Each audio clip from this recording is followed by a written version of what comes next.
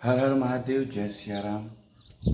आप सभी के बीच ये एक हमारा यूट्यूब चैलेंज का आज हमारी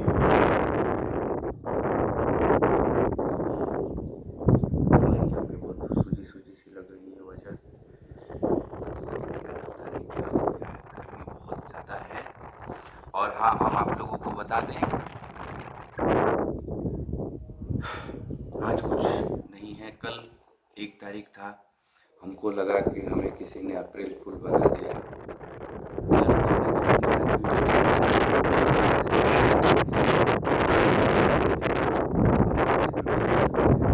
भी देख सकते हैं कि मतलब रेगुलर ही आपका ज्वाइनिंग लेटर होता है।